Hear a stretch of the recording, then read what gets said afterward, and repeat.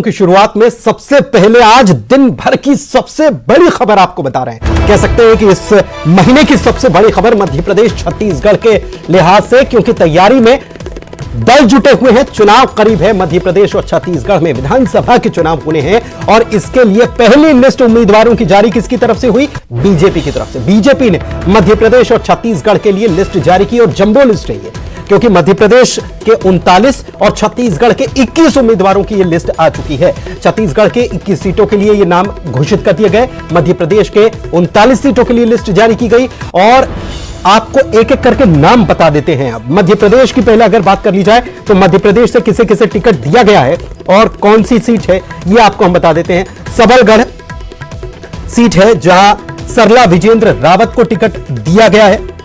Sumawali seat है, यहां से एदल सिंह कंसाना को टिकट दिया गया है। गोहद सीट लाल सिंह आर्य पूर्व मंत्री रह चुके हैं, उनको टिकट दिया गया। पिछोर प्रीतम लोधी उनको टिकट दिया गया। चाचौड़ा से प्रियंका मीणा अभी हाल ही में इन्होंने बीजेपी में दाखिल हुई हैं, बीजेपी में कदम रखा है। दिग्विजय सिंह की बेहद खास मानी जाती है प्रियंका मीणा और चाचौड़ा से इनको टिकट दिया गया है। चंदेरी की बात करें जगन्नाथ सिंह रघुवंशी, बंडा में वीरेंद्र सिंह लंबरदार, महाराजपुर सीट जो है कामाख्या प्रताप सिंह, इधर छतरपुर में पूर्व मंत्री ललिता यादव को टिकट दिया गया। पथरिया से लखन पटेल मैदान में उतारे गए हैं, उनको उम्मीदवार बनाया गया है। गुन्नौर में राजेश कुमार वर्मा को प्रत्याशी बनाया गया, अनुसूचित जाति की यह सीट है। चित्रकूट की अगर बात की जाए सुरेंद्र सिंह गहरवार, पुष्पराज गढ़ हीरा सिंह श्याम, बड़वारा धीरेन्द्र सिंह, बरगी नीरज ठाकुर, ये जबलपुर की सीट है बरगी। जबलपुर पूर्व अंचल सोनकर, श्रीमती अंचल सोनकर।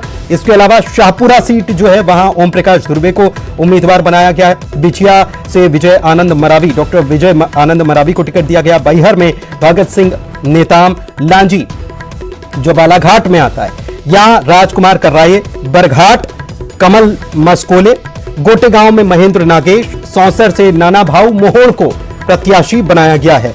पांढुरना की अगर बात की जाए तो प्रकाश उइके को टिकट दिया गया। बैतूल की सीट है।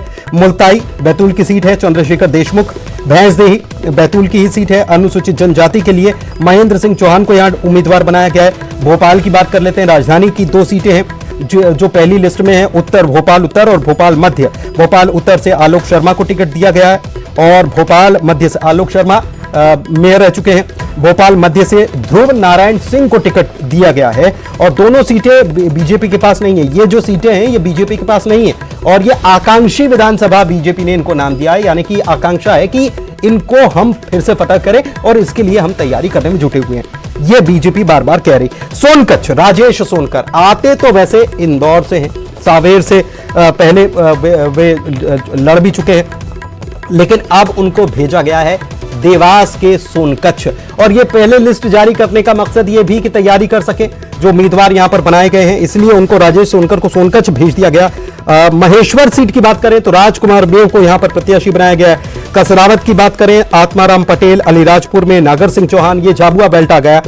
अलीराजपुर नागर सिंह चौहान, झाबुआ से भानु भूरिया को टिकट दिया गया।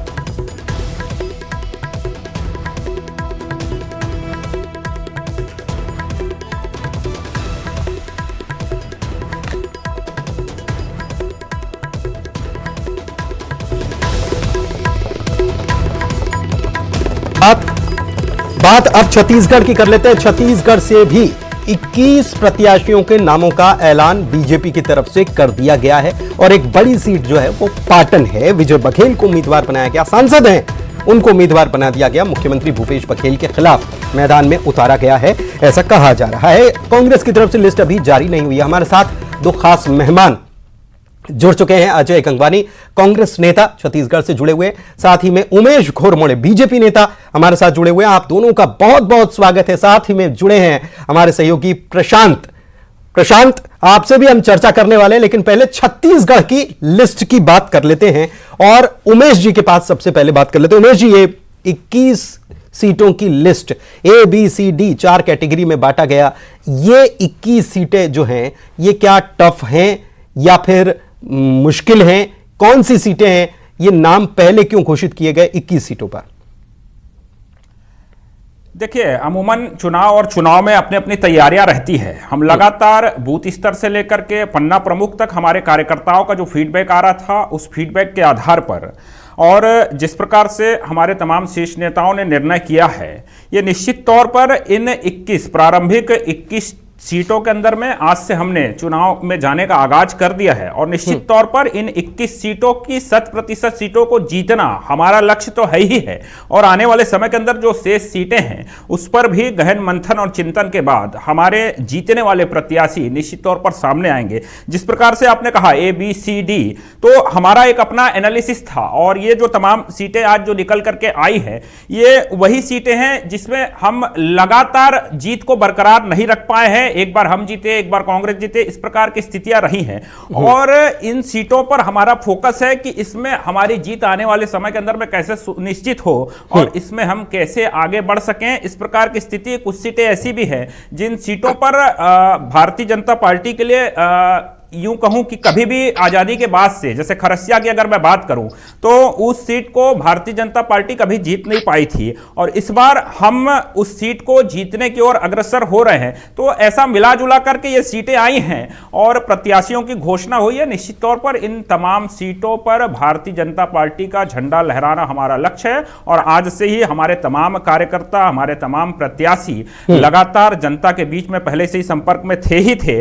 अब एकदम मूल रूप से चुनावी दृष्टिकोण से डोर टू डोर जनता के बीच सतत संपर्क करेंगे। बीते पौने 5 वर्षों की जो कांग्रेस की सरकार की विफलता रही है और लगातार जो छत्तीसगढ़ के विकास को बाधित करने का इन्होंने काम किया है और साथ ही साथ 15 वर्षों की उपलब्धि के साथ भविष्य का रोड मैप, आप उपलब्धि 15 साल की उपलब्धि लेकर आप मैदान में उतरने वाले हैं। ये आप कह रहे हैं कि 15 साल की उपलब्धि, वोट शेयर कितना रहेगा उसकी भी हम बात करने वाले हैं। कांग्रेस के हमारे साथी जो हैं उनके पास भी हम चलेंगे, लेकिन उसके पहले हम चल रहे हैं भोपाल। वासु चौरे हमारे साथ जुड़े हुए हैं, हमारे सहयोगी, और मुझे लगता है कि वो बीजेपी दफ्तर के बाहर ही मौजूद हैं। पूछ लेते हैं, जान लेते हैं। वासु, आप कहां मौजूद हैं और वहां पर माहौल क्या है? हम तो देख रहे हैं कि कार्यकर्ता भारतीय जनता पार्टी के झंडे हाथ में लेकर पहुंच चुके हैं। कहां मौजूद हैं आप? बिल्कुल, देखिए मैं इस समय बीजेपी की जो टिकट्स अभी डिक्लेयर हुई हैं और भोपाल मध्य से ध्रुव नारायण सिंह को मैदान में उतारा गया है, उनके दफ्तर के बाहर मैं मौजूद हूं और यहां पर कार्यकर्ताओं में जश्न का माहौल है। कार्यकर्ता यहां पर जश्न मनाते हुए नजर आ रहे हैं और उत्साह भी काफी है। थोड़ी देर पहले मैंने ध्रुव नारायण सिंह से भी बात की और उनका भी ये कहना था कि टिकट मिल चुकी है, अब डोर टू डोर पहुंचना है, कैंपेन करना है और मध्य प्रदेश में भाजपा को जिताने का काम करना है। जो कुछ कार्यकर्ता हमारे साथ है, आप देख सकते हैं विधायक जो मध्य विधानसभा क्षेत्र का विधायक है, इसकी छुट्टी होना बिल्कुल तय है। ये हो सकता है कि ये उत्तर तरफ भाग जाए। अब ये बीजेपी ने टिकट डिक्लेयर कर दी है, ध्रुव नारायण सिंह को उम्मीदवार बनाया गया है। कितनी उम्मीद है कि आप लोग चुनाव निकाल लेंगे? देखिए, एक तो मैं इस निर्णय पर केंद्रीय नेतृत्व का और प्रदेश नेतृत्व का बहुत आभार व्यक्त करता हूं कि भारतीय जनता पार्टी के खाते में ये सीट जीतने के लिए उन्होंने माननीय ध्रुव नारायण सिंह जी का नाम अनाउंस किया है। हम लोग 1000% इस विधानसभा को जीतेंगे और उस बिचौलिए को जो लगातार पिछले 5 साल से धार्मिक भावनाएं उन्माद फैलाने की कोशिश कर रहा था, उसको भगाएंगे। तो जश्न भी मना रहे हैं, खुशी है।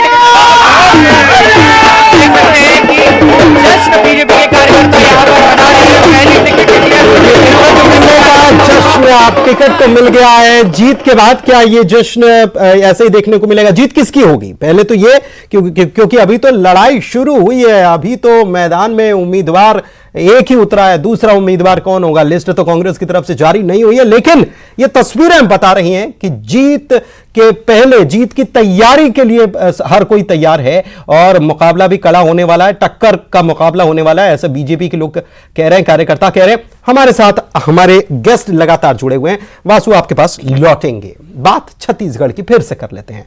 अजय गंगवानी साहब, उमेश जी को आपने सुना, लिस्ट पहली जारी हो गई बीजेपी की तरफ से।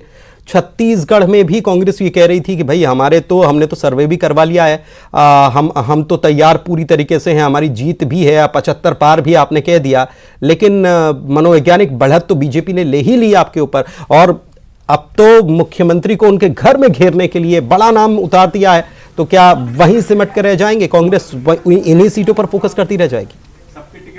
देखिए पुनीत जी, पहले प्रत्याशी घोषित करने से आप जीत के अग्रसर नहीं होते। ये कहीं ना कहीं इनकी बौखलाहट है, इनकी हड़बड़ाहट है। और देखिए हमारी 15 अगस्त को रात को चुनाव समिति की बैठक हुई, जिसमें स्पष्ट रूप से निर्णय लिया गया कि 90 की 90 विधानसभा का जो प्रत्याशी होगा उसका जो आवेदन है वो ऑनलाइन जो है ब्लॉक कांग्रेस कमेटी के पास जाएगा। 17 से 22 अगस्त तक ब्लॉक कांग्रेस कमेटी उस पर मंशा करेगी, उस पर चर्चा करेगी। 24 अगस्त तक मीटिंग करने के बाद वो जो नाम है वो जिला कांग्रेस कमेटी को सौंपे जाएंगे। उनके द्वारा ब्लॉक कांग्रेस कमेटी के द्वारा 5 नाम, फिर जिला कांग्रेस कमेटी के द्वारा 3 नाम, ये 3 नाम चुनाव समिति में चर्चा के बाद फाइनल जो मुहर लगा के दिल्ली आला कमान के पास जाएगा। हमारी कांग्रेस पार्टी में पुनीत जी पूरा आला कमान है। इस प्रकार के निर्णय बहुत सोच समझकर सब लोगों से चर्चा के बाद, वरिष्ठ नेताओं, अनुभवी नेताओं के अनुभव के लाभ लेने के बाद ली जाते हैं। जिस प्रकार से भारतीय जनता पार्टी छत्तीसगढ़ में ये जानती है, आज जिनके पूरा कमान जो है माननीय अमित शाह जी संभाल के रखे हैं। आज उनको जो आंतरिक सर्वे उनका हुआ पुनीत जी, उसमें फट उत्तर दिखा कि दाई के आगे तक पहुंचने की स्थिति में नहीं है। जितेंद्र हमारे सहयोगी, ठीक है, आपको रोकना चाहूंगा। देखिए हमारे साथ हमारे सहयोगी जो हैं वो लगातार जुड़ते जा रहे हैं, उनके पास भी हमको जाना है। और भोपाल उत्तर से आलोक शर्मा टिकट मिल गया और आलोक शर्मा खुद मौजूद हैं हमारे सहयोगी जितेंद्र के साथ। जितेंद्र, नाम पे नहीं होना चाहिए, यहाँ का चुनाव डेवलपमेंट के आधार के ऊपर होना चाहिए। और निश्चित रूप से बिल्कुल पुनीत, अगर बात करें तो उत्तर विधानसभा से हमारे साथ जो है आलोक शर्मा, हम उनसे भी जानते हैं। विकास के काम किए थे, पार्षद रहते जो विकास के काम किए तो उनको लेकर जनता के बीच में जाएंगे। और निश्चित रूप से इस बार हमको समय भी काफी अच्छा मिला है। मैं एक भारतीय जनता पार्टी का साधारण कार्यकर्ता हूं, पार्टी ने मुझ पर भरोसा किया और निश्चित रूप से हमारी पूरी टीम, पूरी भारतीय जनता पार्टी का एक एक कार्यकर्ता इस बार मेहनत करेगा, पूरे परिश्रम के साथ पुराने भोपाल में कमल का फूल खिलाएगा। क्या आपकी प्राथमिकता रहेगी, क्योंकि अभी तक वहाँ कांग्रेस का गढ़ रहा है? तो ये हमारे साथ सबसे पहली प्राथमिकता है कि पुराना शहर जो है, कोई भी शहर और उसका पुराना शहर का आईना होता है, शहर का दर्पण होता है, शहर की पहचान होती है। तो पुराने शहर में कांग्रेस की गलत नीतियों के कारण यहाँ का जो चुनाव होता था वो मेजॉरिटी और माइनॉरिटी के नाम पे होता है। ये बात अच्छा नहीं लगता। आज 2023 के अंदर आगे करें, अगर यहाँ का चुनाव डेवलपमेंट के आधार पे होता तो बेहतर होता, परंतु यहाँ कांग्रेस की गलत बात को लेकर भी कुछ मेयर रह चुके हैं, डेवलपमेंट के आधार पर चुनाव होता तो बेहतर होता, ये कह रहे हैं। इस बार क्या रहने वाला है, क्योंकि अनुभव तो बहुत है भोपाल का। प्रधानमंत्री जी ने भी कहा है, नहीं कहा है कि इस बार हमारा मुकाबला परिवारवाद से है, उसको नहीं चलने देंगे। तुष्टीकरण से हमारा मुकाबला है, तुष्टीकरण की नीतियों को हम लोग नहीं चलने देंगे। और जनता के भी क्या लग रहा, काम किया है तो काम कहीं ना कहीं उसके दम पे भी जाएंगे। निश्चित रूप से पुराने शहर में मेरा जन्म हुआ है, पुराने शहर से 2 बार मैं पार्षद रहा हूं। 2008 में मैंने विधानसभा का चुनाव भी लड़ा था, बहुत कम मतों से मैं 2008 का चुनाव हारा था। और भोपाल की जनता ने मुझे यहाँ से महापौर भी बनाया था। महापौर का कार्यकाल भोपाल की जनता ने देखा है और मैं लगातार जनता के बीच में रहा। भोपाल की चौपाल की माध्यम से मैंने भोपाल की जनता की सेवा की। क्या लगा कि भोपाल उत्तर जो है विधानसभा वहाँ का काम नहीं हुआ है, आप कितनी उम्मीद जताने का काम होगा? देखिए, हमने तो महापौर रहते हुए कई विकास के काम करने का प्रयास किया और काम किए भी हैं, परंतु कांग्रेस के विधायक ने हमेशा वहां पे अड़ंगा डाला। और आज भारतीय जनता पार्टी ने जो विकास के काम पुराने शहर में भी किए हैं उनको लेकर भी जाएंगे, जो भोपाल शहर में हमने किए। आज हम महापौर रहते, कितनी खुशी है, आपका नाम आ चुका है पहली लिस्ट में? निश्चित रूप से देखिए, भारतीय जनता पार्टी का मैं कार्यकर्ता हूं, 45-46 साल से पार्टी संगठन के लिए पूरी तरीके से समर्पित हूं। भारतीय जनता पार्टी अगर मुझे दरी बिछाने का भी काम देती है तो दावेदार कितने थे? दरी बिछाने का काम तो ठीक है, दावेदार कितने थे? कितने दावेदारों को पछाड़ कर ये टिकट हासिल किया? दावेदार कितने थे वहाँ पर? दावेदार कितने थे उत्तर में? कितने दावेदार? भारतीय जनता पार्टी में कोई दावेदारी नहीं होती है। Bharatiya Janata party cadre based party है, कार्यकर्ता आधारित पार्टी है। भारतीय जनता पार्टी में हर कार्यकर्ता के काम का आकलन होता है, मूल्यांकन होता है। और भारतीय जनता पार्टी ने इस बार सर्वे कराए, सर्वे में आप कह रहे हैं कि उत्तर में कमल खिलेगा? निश्चित रूप से इस बार मध्य प्रदेश की राजधानी और जो भोपाल है, भोपाल का पुराना शहर है, वहां पे कमल खिलने की तैयारी भारतीय जनता पार्टी कर रही है। चलिए, भारतीय जनता पार्टी पूरी तरह से तैयार है। हर तरफ से जो प्रतिक्रियाएं आ रही हैं वो इसी प्रकार की प्रतिक्रियाएं हैं। एक बार फिर से हम डिबेट में रुख कर लेते हैं। हमारे जो मेहमान हैं वो भी हमारे साथ जुड़े, प्रशांत भी जुड़े हुए हैं। प्रशांत, मैं आपके पास आ रहा हूं। ये लिस्ट जो आई, आपने बीजेपी कांग्रेस दोनों को सुन लिया, ये लिस्ट जो आई है 21 जो विधानसभाएं, इनकी लिस्ट जारी करना, ये कैसे देख रहे हैं आप इस लिस्ट को? अगर नजर दौड़ा रहे हैं पहली बार में तो क्या नजर आ रहा है, एक पाटन को छोड़ करके? और दूसरी सीटों की बात कर ली जाए तो बिल्कुल, दरअसल 39 सीटें जिन पर नाम तय किए गए हैं, और छत्तीसगढ़ से बीजेपी नेता बता भी रहे थे कि जो कैटेगरी वाइज वो जिक्र कर रहे थे, दरअसल वाकई मध्य प्रदेश के लिहाज से भी वही फॉर्मूला इस्तेमाल किया गया है। बी, सी और डी, तीन कैटेगरी जिन पर चर्चा हुई। बी यानी कि जो एक बार सीट हारी, सी कैटेगरी जिस पर 2 बार बीजेपी हारी, और डी कैटेगरी जिस पर कभी बीजेपी जीती नहीं है। और 103 आकांक्षी सीटें, जिन आकांक्षी सीटों का जिक्र थोड़ी देर पहले बीजेपी प्रदेश प्रवक्ता कर रहे थे, और जाहिर है और उन्हीं आकांक्षी सीटों पर फोकस भी है। लेकिन एक बहुत बड़ी महत्वपूर्ण बात यह है कि दरअसल अमूमन बीजेपी के जो चुनाव को या बीजेपी को कवर करने वाले वो ये जानते हैं कि बीजेपी अमूमन टिकटों पर तब फैसला करती है जब चुनाव का ऐलान हो जाता है। लेकिन ये मध्य प्रदेश छत्तीसगढ़ के लिहाज से बहुत अलग स्ट्रेटजी, बहुत बिफोर स्ट्रेटजी के साथ बीजेपी चल रही है। चुनौतियां होंगी, स्वाभाविक है, और उन्हीं चुनौतियों के मद्देनजर बीजेपी इस ट्रैक पर आगे बढ़ी। लेकिन आप ये मानिए कि जितनी सीटें ऐलान हुई इनमें कोई भी सीट बीजेपी ने लास्ट टाइम जीती नहीं, 39 सीटें भी, और हो सकता है कि एक और सूची जल्दी मध्य प्रदेश के लिहाज से सामने आए। लेकिन जो सीटों वार, या हम कहें कि एक एक सीट के हिसाब से एनालाइज जो कर रहे हैं, हमारे साथ लगातार सहयोगी बने हुए हैं। शैलेंद्र हमारे साथ मौजूद हैं, अनुराग मौजूद हैं, रचित भी मौजूद हैं। लेकिन शैलेंद्र के पास मैं जाऊंगा। ग्वालियर चंबल बहुत महत्वपूर्ण, चूंकि सिंधिया जब बीजेपी में आए उसके बाद बहुत कुछ ग्वालियर चंबल में बदला है। क्या एनालाइज आपने शैलेंद्र अभी तक किया है ग्वालियर चंबल के लिहाज से? कौन कौन सी सीटें हैं जो बहुत महत्वपूर्ण है बीजेपी के लिहाज से, लेकिन जिन पर नाम अनाउंस हो गया है? शैलेंद्र, देखिए, अभी दो प्रमुख सीटें हैं जिनको मैं बात करना चाहूंगा। एक तो चाचौड़ा और दूसरा पिछोर सीट जो है वो लगातार 30 साल से कांग्रेस के पास है। कांग्रेस के केपी सिंह कक्काजू वहां से लगातार चुनाव जीत रहे हैं, और तीसरी बार प्रीतम लोधी पर फिर से पार्टी ने भरोसा जताया है और इस बार फिर से उनको मैदान में उतारा है। अगर चाचौड़ा सीट की बात करते हैं तो लक्ष्मण सिंह, जो दिग्विजय सिंह के छोटे भाई हैं, वो वहां से विधायक हैं, उनके के खिलाफ अब प्रियंका मीणा को उतारा है। इससे पहले ममता मीणा वहां से चुनाव लड़ती रही है, लेकिन इस बार प्रियंका मीणा को लाया। प्रियंका मीणा जो है कभी दिग्विजय सिंह की बेहद नजदीकी मानी जाती थी, हाल ही में उन्होंने बीजेपी ज्वाइन किया है और उसके बाद उनको टिकट दिया गया है। एक महत्वपूर्ण सीट है गोहद जो सीट है वो लाल सिंह आर की परंपरागत सीट रही है, कई बार वो ऐसे विधायक रहे, लेकिन 2018 में जब उनको हार का सामना करना पड़ा उसके बाद वो इस सीट से पीछे हटे थे। और 2020 में जब बाई इलेक्शन हुआ तो सिंधिया के साथ जो रणवीर जाटव आए थे उन पर पार्टी ने भरोसा जताया था, लेकिन वो हार गए थे।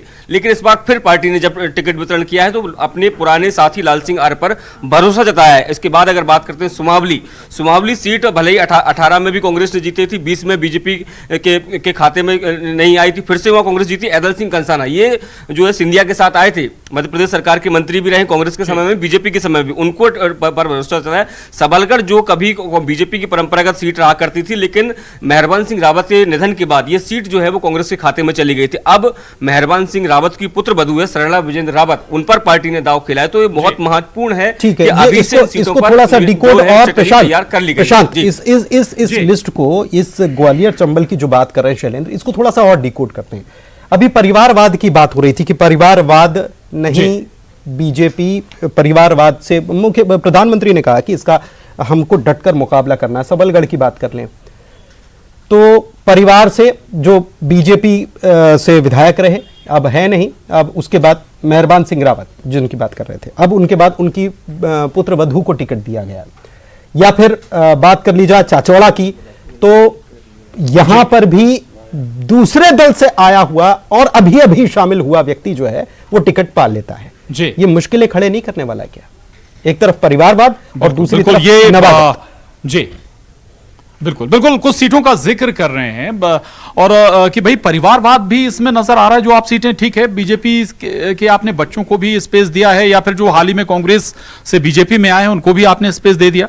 देखिए, बिल्कुल, देखिए ये जो सीटें हैं ये आकांक्षी विधानसभा की सीटें हैं। ये जो सीटें लंबे समय से नहीं जीती या 2018 और 20 के बाई इलेक्शन में बीजेपी नहीं जीत पाई थी, ऐसी, हाँ बिल्कुल, ऐसी सीटों पर लगातार जो है रणनीति बन रही थी। कई दौर की बैठक जो है आपने देखा कि राजधानी भोपाल में हुई, इंदौर में भी हुई, कल बैठक दिल्ली में भी हुई। तमाम जो नेता हैं वो उसमें शामिल रहे। जो प्रभारी हैं, भूपेंद्र यादव की बात हो, अश्विनी वैष्णव की बात हो, या खुद केंद्रीय मंत्री नरेंद्र सिंह तोमर की बात हो, ये सारे जो दिग्गज नेता हैं इन सब लोगों ने बैठ के बातें की हैं। हर एक सीट पर एक प्रभारी बनाया गया था आकांक्षी सीटों का।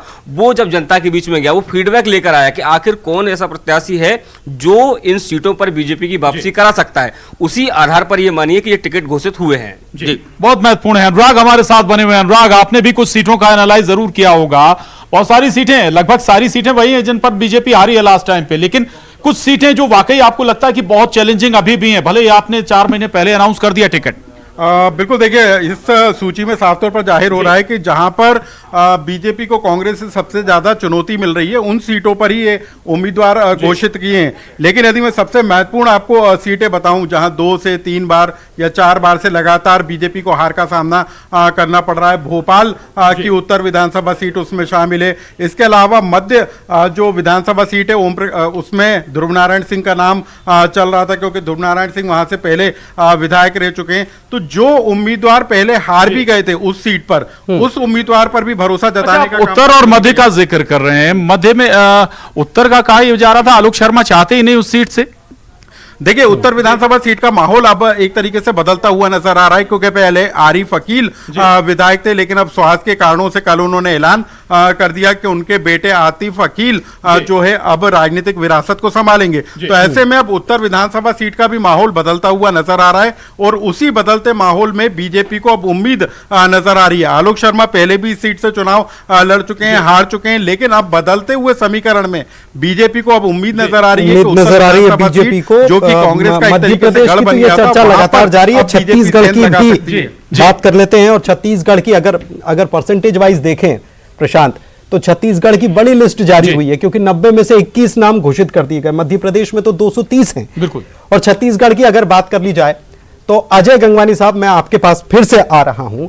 ये जो लिस्ट जारी हुई है, अब आपकी लिस्ट कब आने वाली है ये बताइए, क्योंकि अब एक प्रकार से जनता के बीच मैसेज पहुंच गया। और दूसरी बात कि जिनको टिकट मिल गया वो काम करना भी शुरू कर देंगे जाहिर तौर पर। सही व्यक्ति को, ऐसा व्यक्ति जो पार्टी के प्रति पूर्ण निष्ठा रखता हो और जीतने वाला प्रत्याशी। हमारी प्राथमिकता सिर्फ एक मात्र है, विनिंग कैंडिडेट को हम टिकट देना चाहते हैं, कांग्रेस पार्टी और आला कमान के प्रति पूरी ईमानदारी और निष्ठा रखने वाला। ये 2 प्रमुख क्राइटेरिया है।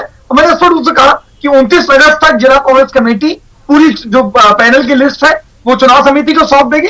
बहुत जल्दी हम प्रत्याशी घोषित करेंगे, लेकिन महत्वपूर्ण यह है कि प्रत्याशी जल्दी घोषित होने के बजाय ऐसे व्यक्ति को टिकट देना जिसकी इमेज अच्छी हो, जो पार्टी के प्रति निष्ठा रखता हो और जीतने वाला कैंडिडेट हो। उसमें कांग्रेस पार्टी हमेशा आगे रहेगी, क्योंकि कहीं ना कहीं छत्तीसगढ़ में भारतीय जनता पार्टी की राजनीतिक जमीन पूरी तरह खिसक चुकी है, उनका जनाधार पूरी तरह समाप्त हो चुका है। भारतीय जनता पार्टी विश्वसनीयता न केवल छत्तीसगढ़ की जनता में, उनके कार्यकर्ताओं में समाप्त हो चुकी है। पिछला जो चुनाव पुनीत जी 2018 का, कांग्रेस को वोट मिले 43.9% और भारतीय जनता पार्टी को वोट मिले 33.6%, 10.3%। आज तक के छत्तीसगढ़ के इतिहास का सबसे लंबा वोटों का अंतर था। इन्हीं के अमित शाह जी ने मिशन 65 की बात की थी और आखिरी में सीट मिलती है 15। ये महत्वपूर्ण अंतर है। हम एक पूरा ब्लूप्रिंट, एक रोड मैप, एक पूरी कार्य योजना लेकर 2023 का चुनाव लड़ेंगे। न केवल छत्तीसगढ़ में, जो 5 राज्यों में चुनाव होने वाला है, पूरे देश में केंद्र की मोदी सरकार को न केवल छत्तीसगढ़ की जनता, देश की जनता उखाड़ फेंकेगी। ये वही भारतीय जनता पार्टी है जिससे 15 साल में 3 दावे हैं, ये आपके दावे हैं। लेकिन इसके बावजूद देखना ये बड़ा दिलचस्प रहने वाला है कि ये बढ़त तो बीजेपी ने ले ली है। अब क्या कांग्रेस जल्दबाजी दिखाएगी प्रत्याशी घोषित करने में, क्या करेगी, ये भविष्य के गर्त में है। हो सकता है कल लिस्ट जारी हो जाए, अजय जी को भी पता ना चले, फिर अजय जी बैठेंगे कि साहब हाँ हमारी तैयारी पहले से थी और अंदर इंटरनल सब कुछ चल रहा था, लिस्ट जारी हुई है तो अब तैयारी करेंगे। खैर, अरुण साहब ने क्या कहा, उनसे हमारे सहयोगी ने बातचीत की, पहले वो सुनवाते हैं, उसके बाद फिर मैं आपके पास आ रहा हूं। उमेश, भाजपा के अध्यक्ष अरुण साहू मेरे साथ हैं। सर, आपने एक कदम आगे कांग्रेस से लिस्ट जारी कर दी, अभी चुनाव ऐलान नहीं हुए लेकिन आपने 21 उम्मीदवार घोषित कर दिए। भारतीय जनता पार्टी हर चुनाव को चुनौती के रूप में लेती है और हर चुनाव को मजबूती से लड़ती है। छत्तीसगढ़ में भी भारतीय जनता पार्टी पूरी ताकत से चुनाव की तैयारी में जुटी हुई है और जैसा राज्य की जनता चाहती है, छत्तीसगढ़ के भूपेश बघेल की सरकार जो अन्यायी, अत्याचारी, भ्रष्टाचारी और वादा खिलाफी करने वाली सरकार है, इस सरकार को उखाड़ फेंकने की जरूरत है। एक खुशहाल छत्तीसगढ़, एक समृद्ध छत्तीसगढ़ और ऐसा छत्तीसगढ़ जहां पर माताएं बहनें सुरक्षित हों, बेटियां हमारी सुरक्षित हों, जहां पर नौजवानों के उज्जवल भविष्य के लिए योजना हो, जहां पर शिक्षा की व्यवस्था, स्वास्थ्य की व्यवस्था मजबूत हो, जहां पर आधार संरचना का त्वरित गति से विकास हो, ऐसा छत्तीसगढ़ का निर्माण हम करना चाहते हैं और इसीलिए भारतीय जनता पार्टी पूरी ताकत से चुनाव के मैदान में है। और आज ने 21 प्रत्याशियों की घोषणा की है। निश्चित रूप से इसमें महिलाएं भी है, युवा भी है, वही अनुभवी और दिग्गज नेताओं को भी हमने प्रत्याशी बनाया है। निश्चित रूप से इन प्रत्याशियों को जनता का आशीर्वाद मिलेगा, छत्तीसगढ़ में कमल खिलेगा और छत्तीसगढ़ में भारतीय जनता पार्टी की सरकार बनेगी। पहली ही लिस्ट में आपने पाटन सीट, जो वीआईपी सीट है, मुख्यमंत्री की सीट है, वहां से उम्मीदवार घोषित कर दिया। सांसद विजय बघेल एक चुनौती देंगे मुख्यमंत्री को? निश्चित रूप से 2008 में हमारे सांसद विजय बघेल जी ने भूपेश बघेल को उसी सीट से हराया था और पाटन सीट उनकी परंपरागत सीट है विजय बघेल जी की, और इसलिए पार्टी ने विजय बघेल को मजबूत और दमदार प्रत्याशी के रूप में पाटन के चुनाव के मैदान में उतारा है। 10 एसटी सीटें हैं आपने, जो आज 21 में से 10 एसटी हैं, 1 एससी है और 5 महिलाओं को, तो ये कहा जाए कि एक अनुभव भी है और दूसरा जो जातीय समीकरण है उसका भी पूरा सबका ख्याल रखा गया है, सबको मौका दिया गया है, अनुभव भी है और जातीय समीकरण भी। देखिए, पूरी तरह से सोच विचार कर प्रत्याशियों का नाम पार्टी ने तय किया है। बड़ी संख्या में हमारे कार्यकर्ता हैं जिनके चुनाव लड़ने की इच्छा होती है और निश्चित रूप से उनमें से ये प्रत्याशी हमने छांटे हैं और एक अच्छा समन्वय बनाने का प्रयास हुआ है। निश्चित रूप से केंद्रीय नेतृत्व ने हर प्रकार से सोच विचार कर ये प्रत्याशी तय किए हैं। निश्चित रूप से इन प्रत्याशियों को जनता का आशीर्वाद प्राप्त होगा और ये विजयश्री प्राप्त करेंगे। जीत चुनाव में होगी। तो सर, आज जो लिस्ट जारी हुई 21 आदमियों की, चुनाव, फिर मैं आपसे पूछ रहा हूं, चुनाव घोषित नहीं हुए, कल सीईसी हो गई, आपने आज लिस्ट जारी कर दी, तो क्या कांग्रेस पर एक ये मनोवैज्ञानिक रूप से बढ़त है? देखिए, हर राजनीतिक दल को अपने रणनीति के हिसाब से चुनाव के मैदान में जाने का अधिकार है और भारतीय जनता पार्टी ने, केंद्रीय नेतृत्व ने यह तय किया कि हम पहले प्रत्याशी घोषित करेंगे ताकि हमारे प्रत्याशी ज्यादा से ज्यादा जनता के बीच जा सके, चुनाव प्रचार के लिए उनको पर्याप्त समय मिल सके और इसलिए केंद्रीय नेतृत्व ने आज 21 प्रत्याशियों की घोषणा छत्तीसगढ़ के लिए की है। निश्चित रूप से इन प्रत्याशियों को जनता का आशीर्वाद मिलेगा और ये जीत कर आएंगे। तरुण साहब दावा कर रहे हैं कि 21 प्रत्याशी जीतेंगे और नए छत्तीसगढ़ की नींव रखेंगे। कैमरामैन कार्तिक के साथ नई दिल्ली से अशरफ काज़मी, न्यूज़ 18। ने बात की और दावा यहां पर छत्तीसगढ़ बीजेपी प्रदेश अध्यक्ष का है कि ये सारी सीटें जो 21 आकांक्षी, इन्हें सीटें नाम दिया गया आकांक्षी विधानसभा, इसीलिए ये घोषित कर दिया गया कि तैयारी करने का मौका पहले मिल जाए। जीत नहीं पा रहे थे और हार का मुंह देखना पड़ रहा था, तो इस बार पूरी तैयारी के साथ जो है वो हम मैदान में उतरेंगे। अजय गंगवानी साहब, क्या प्रतिक्रिया? आपने सुना प्रदेश अध्यक्ष को,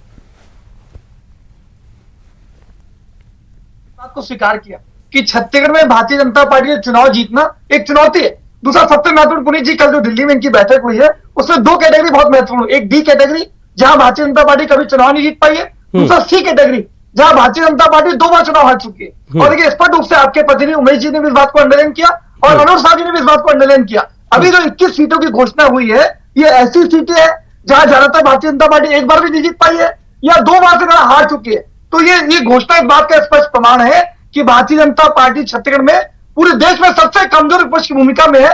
इसीलिए जल्दी और हड़बड़ाहट में, घबराहट के कारण ये 21 सीटें उन्होंने तुरंत घोषित की है। लेकिन महत्वपूर्ण, किसी प्रत्याशी को जल्दी प्रत्याशी बनाने से बेहतर है कि वो कैंडिडेट विनिंग कैंडिडेट हो और पार्टी के प्रति निष्ठा रखता हो। बहुत जल्द हमारे प्रत्याशियों की घोषणा होगी। लेकिन काम किया है ना, आप ये भी तो समझिए कि ये बात तो देखिए आपको मानना पड़ेगा अजय जी कि लिस्ट बनाई गई, कैटेगरी बनाई गई। ये लिस्ट से साफ पता चल रहा है ना कि भाई आप ही के लोग जीते थे और वो टफ है, ये बीजेपी मान रही है और इसीलिए उसके लिए तैयारी कर रही है।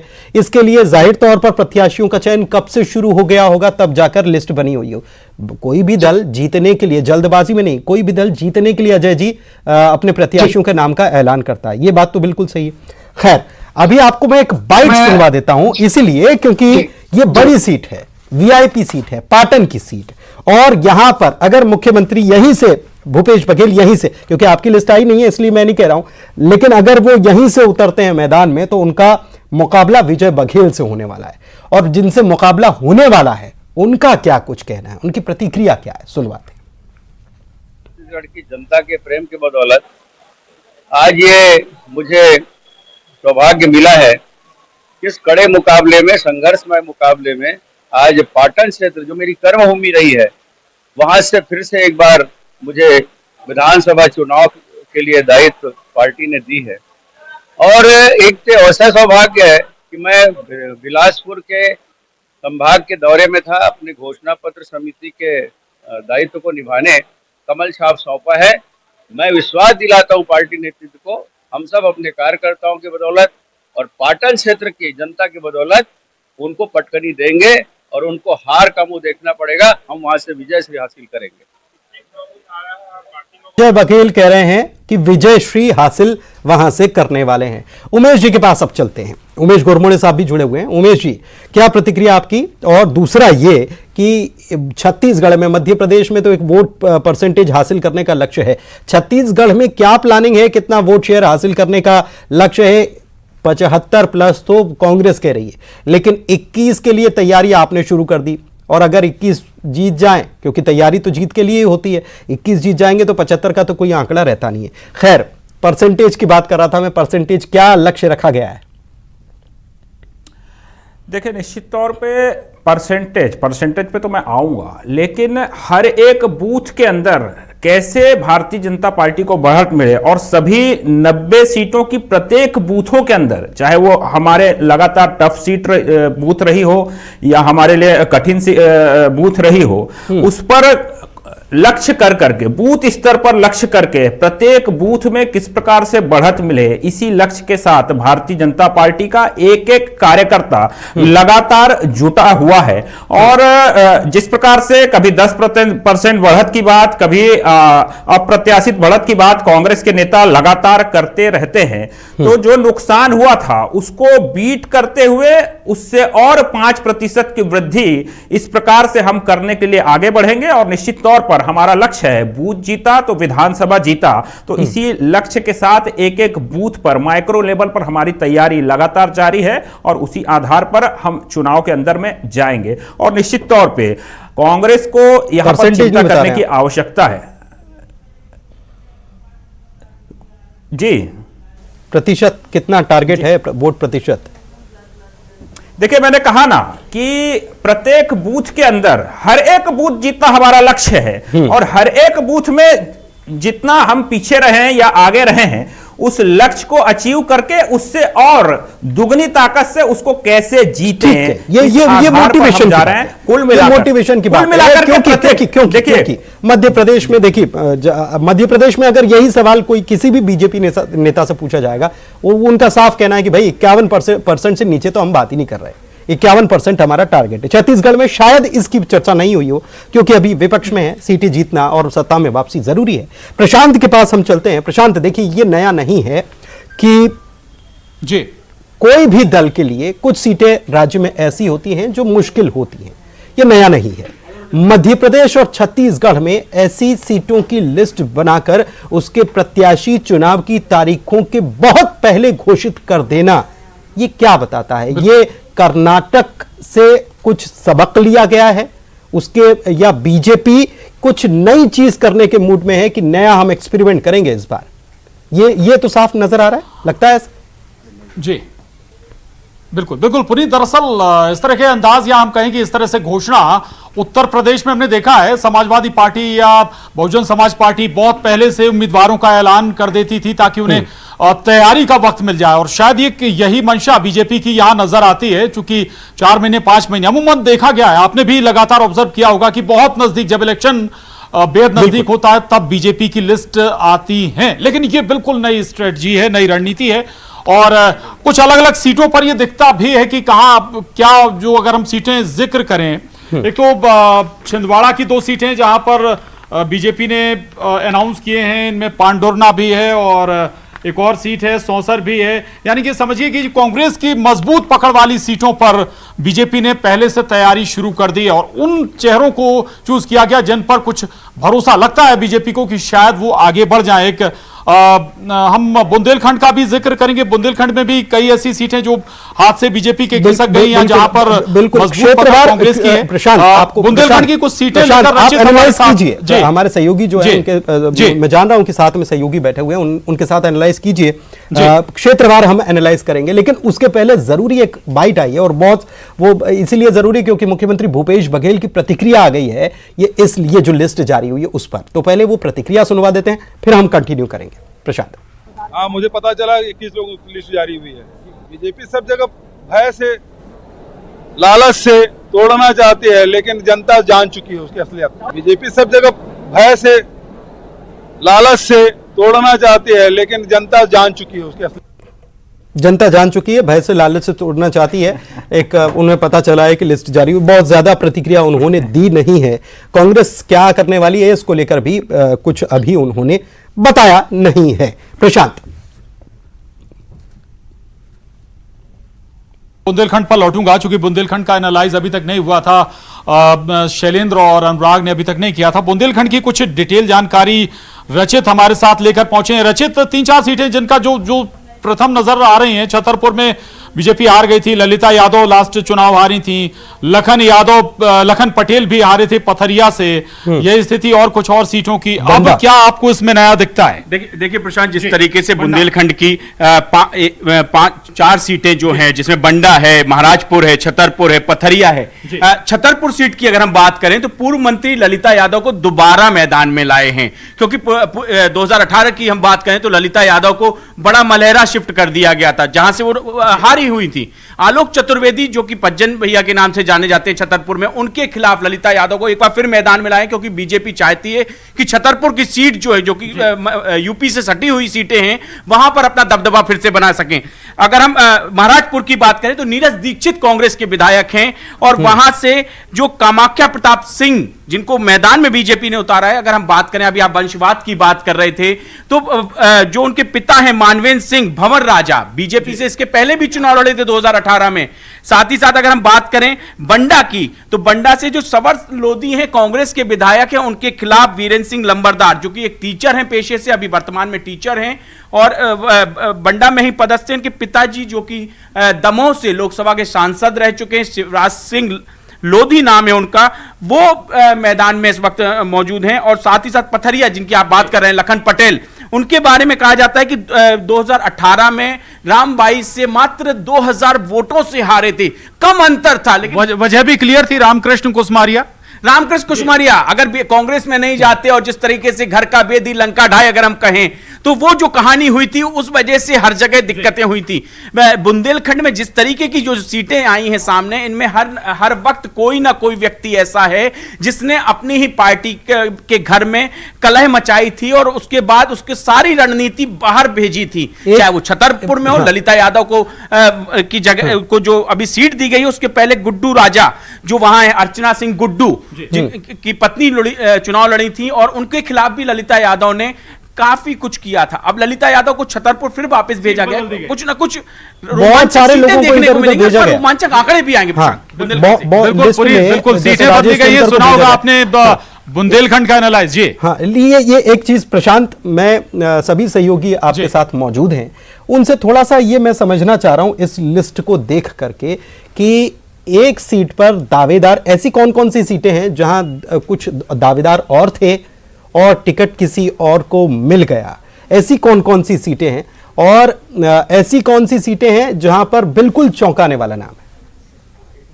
जी, सहयोगी हमारे साथ नहीं है, लेकिन पुनीत, इस पर यह बड़ी बात जो आपने सवाल उठाया, दरअसल 3-3 नामों का पैनल लेकर मध्य प्रदेश छत्तीसगढ़ से दोनों जगह से बड़े बड़े नेता पहुंचे थे, और इन पर चर्चा भी हुई। जहां छत्तीसगढ़ पर 2 घंटे करीब चर्चा हुई थी, दिल्ली में जो केंद्रीय बीजेपी चुनाव समिति की, तो मध्य प्रदेश पर 1.5 घंटे चर्चा हुई थी। और इस 1.5 घंटे चर्चा के बाद प्रधानमंत्री नरेंद्र मोदी, गृह मंत्री अमित शाह और बीजेपी राष्ट्रीय अध्यक्ष जेपी नड्डा ने अलग से चर्चा की। और आपको यह भी बता दें, दरअसल जहां लगभग जो रेशियो या फिर हम कहें कि जो फीडबैक लेकर गए थे, और जो फीडबैक एक बड़ा आधार बना है इस चयन का, दावेदार जरूर थे, 3-3 लोगों का अगर पैनल था तो समझिए कि उम्मीदवार थे और दावेदार भी थे, लेकिन सर्वे, एक तो पार्टी के अलग सर्वे, दूसरा संघ अपने स्तर पर सर्वे कराती है, तीसरा जो केंद्रीय नेतृत्व है वो भी अपने स्तर पर सर्वे कराता है। और इस लिहाज से आप अंदाजा लगा सकते हैं कि जो तीनों और चारों सर्वे में एक नाम जो सबसे ऊपर आ रहा होगा चयन में, सबसे जो महत्वपूर्ण बात, या फिर हम कहें कि जो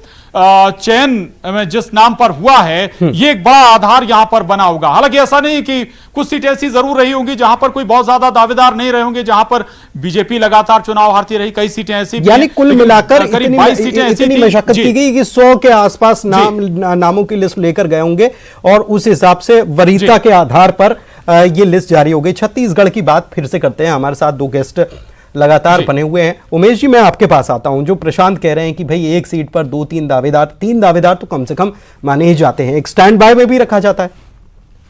तो छत्तीसगढ़ की जो लिस्ट जारी हुई है, ऐसे 63 नाम, 63 या 65 या 70 नाम की लिस्ट वहां लेकर गए होंगे। कल 2 घंटे तक छत्तीसगढ़ की पर चर्चा भी हुई और उसके बाद आज ये लिस्ट जारी हो जाना, बड़े गुपचुप तरीके से साहब काम कर लिया, खबर तक नहीं लग पाई। मुझे लगता है कि बाकी लोगों को भी कहीं कोई चर्चा भी नहीं हो पाई। ऐसा गुपचुप तरीके से क्या फॉर्मूला अपनाया, ये भी थोड़ा बताइए।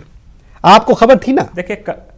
देखिए कल ही चर्चा हुई और आज नाम आ गया, ऐसा नहीं है। लगातार इन तमाम सीटों के अंदर संभाग वाइज लगातार हमारे तमाम बड़े नेता गए थे, राज्य स्तर के तमाम नेता गए थे, उसको एक एक सीट के ऊपर लगातार हमारे कार्यकर्ताओं का फीडबैक, अन्य फीडबैक, उन तमाम आधारों पर एक पैनल तैयार किया गया था। और उस पैनल के बाद लगातार छत्तीसगढ़ के अंदर, राजधानी रायपुर के अंदर इस विषय को लेकर के बड़े गंभीर चिंतन और मंथन और लगातार बैठकों का दौर भी बीते दिनों में चला।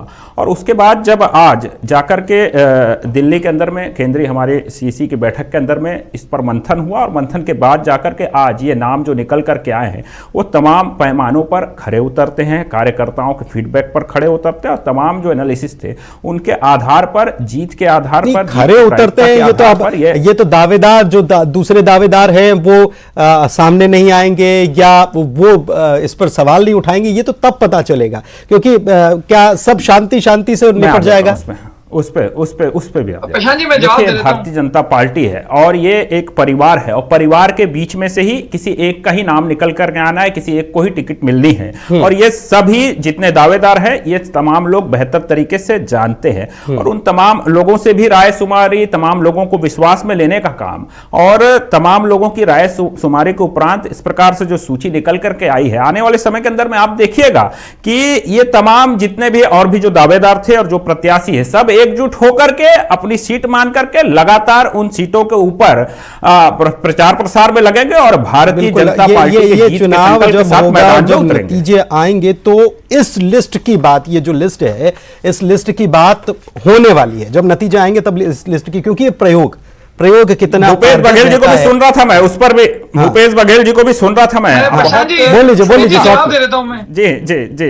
देखिए अमूमन आपने देखा होगा भूपेश बघेल जी जब भी कहते हैं बड़े लबगो लुबाब के साथ बहुत लंबा चौड़ा बयान देते हैं, लेकिन आज जिस प्रकार से 5-6 शब्दों के अंदर में उनका बयान निकल कर के आया, भय और लालच, 2 बातें कह करके उन्होंने अपनी बयान को यहां पर इतिश्री कर दिया। उनके बयान से साफ लग रहा है कि जिस प्रकार से उनके विधानसभा के अंदर में विजय बघेल जी के नाम की घोषणा हुई है, एक तो अपने विधानसभा को लेकर के भी अब वो चिंतित हैं और पहले तो पूरे प्रदेश को लेकर के वो चिंता में डाल दिया थे, इसी में खुश हो रहे हैं। चलिए अजय गंगवानी साहब, 30 सेकंड अजय जी, पाटन विधानसभा सीट चिंता करे कांग्रेस, अजय जी 30 सेकंड विधानसभा सीट पर अजय जी 30 सेकंड। देखिए सबसे महत्वपूर्ण है, अब मैं जी शांत हो जाए मेरा। देखिए आज देखिए सबसे बड़ा उदाहरण दे दूं आपको, इनकी प्रभारी डी पुरंदेश्वरी ने खुद कहा था छत्तीसगढ़ में भूपेश बघेल की टक्कर का इनके पास एक भी चेहरा नहीं है। अगर ऐसा कोई चेहरा होता तो क्या उसको मुख्यमंत्री का चेहरा नहीं बनाते? हमने दे दिया चेहरा। ये देखिए उमेश जी प्रोटोकॉल शांत हो। देखिए एक मिनट वक्त एक ब्रेक का हो। सुनिए अजय उमेश जी और अजय जी, वक्त एक छोटे से ब्रेक का है। मुख्यमंत्री शिवराज सिंह चौहान कुछ कह रहे हैं, सुन लेते पहले, बहुत जरूरी बात है।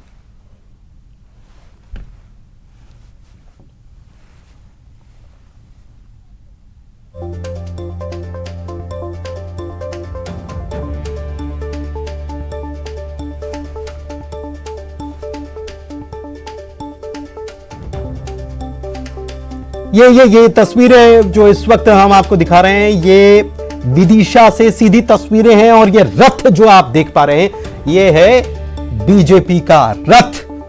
जनता का आशीर्वाद लेने के लिए मुख्यमंत्री शिवराज सिंह चौहान विदिशा पहुंचे हुए हैं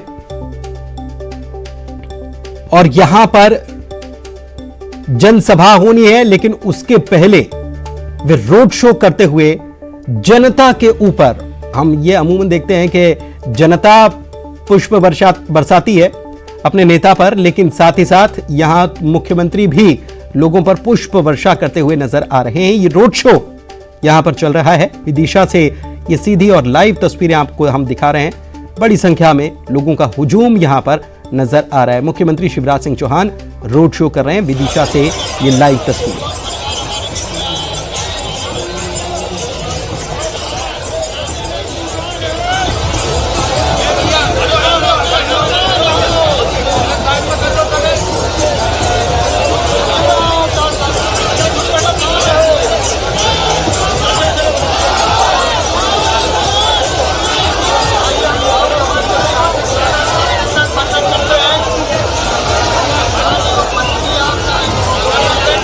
देखिए, स्वागत का भी आदान प्रदान हो रहा है। एक तरफ अपने नेता का स्वागत करने के लिए लोग, बीजेपी के कार्यकर्ता जो हैं, वो तमाम तैयारी किए हुए हैं और यहाँ पर मंच बनाकर पुष्प वर्षा कर रहे हैं। तो उधर दूसरी तरफ मुख्यमंत्री शिवराज सिंह चौहान भी लोगों का अभिवादन न केवल स्वीकार कर रहे हैं, बल्कि उनके ऊपर भी वे पुष्प वर्षा करते हुए यहाँ पर नजर आ रहे हैं। स्थानीय बीजेपी नेता भी इस दौरान उनके साथ यहाँ पर मौजूद हैं। आप इस बात से समझ लीजिए कि एक तरफ तो लिस्ट जारी होती है, लेकिन मुख्यमंत्री शिवराज सिंह चौहान जो है वो जनता के बीच इस वक्त मौजूद हैं और वो रोड शो कर रहे हैं। विदिशा पहुंचे हुए हैं। विदिशा के कुरवाई की ये तस्वीर आपको हम दिखा रहे हैं, जहां पर मुख्यमंत्री शिवराज सिंह चौहान अपने रथ पर सवार होकर जनता के बीच पहुंचे।